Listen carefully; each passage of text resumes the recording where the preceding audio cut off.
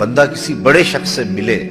تو کئی دن تک اس کا نشہ نہیں اترتا کہ میں فلاں سے مل کے آیا ہوں، تو جو رب سے مل کر آئے تو اس کا بھی ایک نشہ ہے نا، لیکن چونکہ اس کی نظر پاک نہیں تھی اس لیے وہ ملاقات ہی ادھوری رہے گی اس کی، تو اس کو اس کا سرور باطن نصیب ہی نہیں ہو سکا، اس کا حاضی نہیں نصیب ہو سکا۔ ایمان کی ایک مٹھاس ہے، جیب میں پیسے ہونا تو اس کا اپنا ایک نشہ ہوتا ہے کہ میرے جیب میں 5 لاکھ روپیہ پڑا ہے۔ وہ آج کل وہ بچے ہیں اس عمر میں اگر مہنگا موبائل ہو ہاتھ کے اندر تو اس کا ایک نشہ ہوتا ہے میرے ہاتھ میں اتنی قیمت کا موبائل ہے، تو جیب میں پیسے ہوں تو اس کا ایک نشہ ہوتا ہے، ہاتھ میں قیمتی موبائل ہو تو اس کی ایک کیفیت ہوتی ہے، تو سینے میں ایمان ہو تو اس کا ایک نشہ نہیں ہوگا،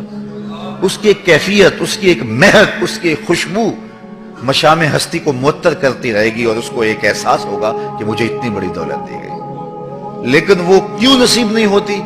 اس لیے کہ یہ 3 چیزیں نصیب نہیں ہوں گی۔ تو جب اللہ اس کے رسول کو ہر شے سے زیادہ محبوب نہیں جانیں گے، جو اپنے لیے پسند کرتے ہیں وہ اپنے مومن بھائی کے لیے پسند نہیں کریں گے، اور تیسرا کفر کی طرف پلٹنا اتنا مشکل ہوگا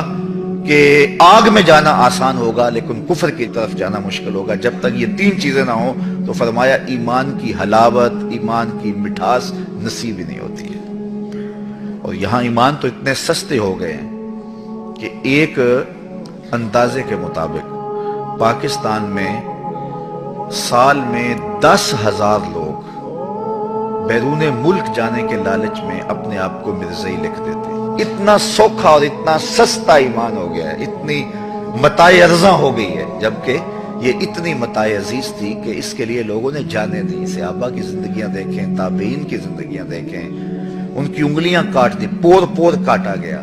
اور ہر بار کہا گیا کہ انکار کرو، انہوں نے کہا کٹ جائیں گے، انکار نہیں کریں گے محمد عربی صلی اللہ علیہ وسلم کا۔ اور چند ٹگوں کے لیے، اچھا کھاتا پیتا شخص ہوتا ہے لیکن مزید دولت کی فراوانی کے لیے وہ اپنے آپ کو مرزئی لکھ دیتا ہے۔ اور کتنے لوگ ہیں اس متاع عزیز کو جو ہے وہ سستا کیے ہوئے ہیں۔ جب تک آزمایا نہ گیا ہو نا تو اس وقت پتہ نہیں چلتا کہ بندہ کہاں کھڑا ہے۔ جہاں میں تو کسی دیوار سے نہ ٹکرایا، کسے خبر کہ تو سنگ خارا ہے یا کہ زجاج۔ اقبال کہتا جب ٹکرائے گا نا تو کسی دیوار سے پھر پتہ چلے گا پتھر ہے یا شیشہ ہے۔ تو میں اور آپ جب کسی مشکل میں پڑے تو اس وقت پتہ چلتا ہے کہ ہمارا جو ہے وہ ایمان کہاں تک مضبوط ہے۔ وہ ایک خاتون تھی جس کا ذکر اقبال نے کیا ہے، تو اس کو انہوں نے اٹھا کر کے ایک اندھے کنویں کے کنارے کھڑا کیا اور کھڑا کر کے اس کے سامنے سانپوں اور بچھوؤں کے ٹوکرے اس کنویں کے اندر پھینکے،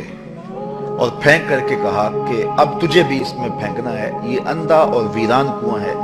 اس کے اندر بہت سارے بچھو اور سانپ پہلے ہی موجود تھے، لیکن ہم نے تیرے سامنے اس لیے پھینکے ہیں کہ تمہیں یقین ہو جائے کہ اس کے اندر کتنے سانپ گئے ہیں، تیرے سامنے کتنے بچھو ڈالے گئے ہیں، اب یا اپنے مذہب سے، اپنے دین سے منحرف ہو جا ورنہ دھکا دے دیں گے تجھے اس کے اندر۔ تو اس نے کہا مجھے 1 رات سوچنے کے لیے دے دو، تو اس کو 1 رات سوچنے کے لیے دی گئی، اور صبح جب اس کو اٹھا کے دوبارہ اس کنویں کے کنارے پہ لایا گیا تو اس کو کہا بتا، اس نے کہا پھینک دو۔ اس نے کہا تو رات سوچا نہیں تھا؟ کہا میں سوچنے کے لیے رات اس لیے نہیں مانگی تھی، میں نے رات اس لیے مانگی تھی کہ میں جو ہے وہ اپنے اندر کو مضبوط کر لوں کہ جب میں اس کے اندر جاؤں گی تو سانپ میرے بدن سے چمٹ جائیں گے، بچھو میری بوٹیاں نوچیں گے اور سانپ مجھے چاروں طرف سے گھیر لیں گے، تو کہیں ایسا نہیں ہو کہ میں اندر جا کے کہیں منحرف ہو جاؤں، تو میں اپنے آپ کو مضبوط کرتی رہوں کہ جس نظریے پہ میں ہوں وہاں جا کے جو ہے میں اس نظریے پہ قائم رہتی ہوں یا نہیں قائم رہتی ہوں۔ تو میں اور آپ ذرا تصور میں اپنے آپ کو کسی ایسے اندھے کنویں کے کنارے پہ کھڑا کریں جس میں سانپ پھینکے گئے ہیں، اور پھر ہمیں کہا جائے تو ہم کس جگہ پہ کھڑے ہیں۔ اگر ہم سب کچھ گوارا کریں گے اور ایمان سے منحرف نہیں ہو سکتے پھر مبارک ہو، اور اگر کمزوری محسوس کرتے ہیں تو پھر ضرور